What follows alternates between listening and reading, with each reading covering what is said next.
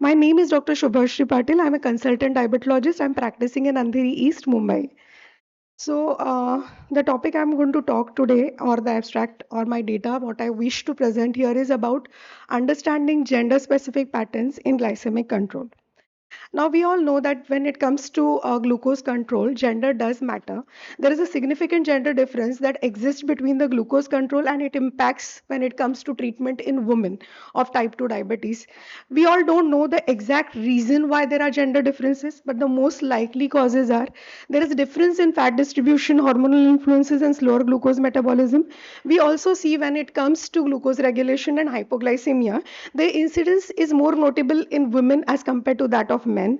We also see that women have lower postprandial glucose levels as compared to that of men, and they have a tendency to gain weight more. So, insulin treated patients show increased risk of hypoglycemia when we talk about women. So, recognizing gender based differences in glycemic control and hypoglycemic events is crucial for treatment of type 2 diabetes. The background and study objective was to compare the gender differences. So, as with gender, glycemia changes with age. The prevalence of diabetes and prediabetes increases. Considering this, the increase in prevalence of type 2 diabetes and the role of HbA1c, we chose HbA1c as one of the important parameters to understand and determine the appropriate HbA1c targets by investigating the effect on age and gender related physiological factors on HbA1c. So, understanding the gender specific pattern in glycemic control remains crucial for personalized diabetes management since we are in the era now of precision medicine.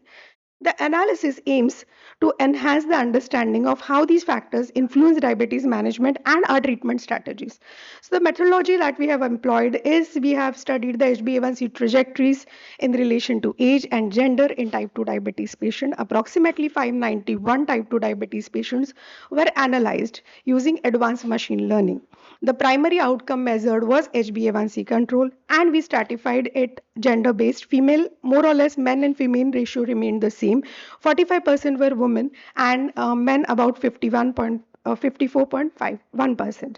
Age group was divided in three parts: less than 40, 41 to 50, and age more than 50 years. And neuronal networks were utilized to uncover the complex interaction over here. Mean HbA1c was high with distinct gender specific pattern across age groups. So whether it was men or women, the mean HbA1c was approximately 9.3 plus minus 2.3%. Female representation with uncontrolled HbA1c increased significantly with age. We saw that less than 40 years, 37.4% were uncontrolled, then 45.7% as the age advanced between 41 to 50 years, and age more than 50, we saw 54.5% women were in the category of uncontrolled diabetes. Overall, glycemic control rates, that is HbA1c less than 7, were similar for both the genders. So, glycemic control rate for men and women was 14.4%, which was more or less the same. The novel insights that we got from the data was that the female over 50 age exhibited greater variability in HbA1c levels as compared to that of their male counterparts. Males demonstrated better early glycemic control but poor maintenance in 41 to 50 years of age. A previously unrecognized glycemic control transition point that we saw in women was at the age of 45 plus minus 2.3 years, and it was associated with significant changes in the control pattern. The implication of these findings were that we need more frequent glucose checks and HbA1c monitoring in women aged 41 to 50 years to detect worsening control early. In women, hormonal fluctuations due to perimenopause impact insulin sensitivity and glucose metabolism. The findings support the need for more frequent HbA1c and glucose monitoring in women around this age.